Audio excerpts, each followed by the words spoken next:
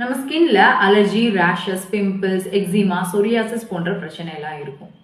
இதெல்லாம் நம்ம ரத்தத்தை சுத்தப்படுத்தினா ஈஸியா சரியாயிடும். ரத்தத்தை சுத்தப்படுத்துறதா என்னது அப்படின்னு யோசிக்கிறீங்களா? ஆமாங்க, நம்ம நேச்சுரலா எடுத்துக்கிற உணவு முறையிலே ஈஸியா நம்மளால இந்த ரத்தத்தை சுத்தப்படுத்த முடியும். அது என்னன்னு தெரிஞ்சுக்க இந்த வீடியோவை ஃபுல்லா பாருங்க. அதிகமா முடி கொட்டுது, எப்ப பாரு சோர்வா இருக்கு, பசியே எடுக்க மாட்டுது, யூரின் நல்ல எல்லோ கலரா போகுது, அதே நேரத்துல பீரியட்ஸ் டயத்துல ரொம்ப பிளட் லாஸ் ஆகுது, வேற எந்த இடத்துல பிளட் டிஸ்சார்ஜ் அதிகமா இருந்தாலும் அதுக்கு நம்மளுடைய ரத்தம் இம்பியூரிட்டியா இருக்கு, அதை சுத்தப்படுத்துறது தான் ஒரு சொல்யூஷன்.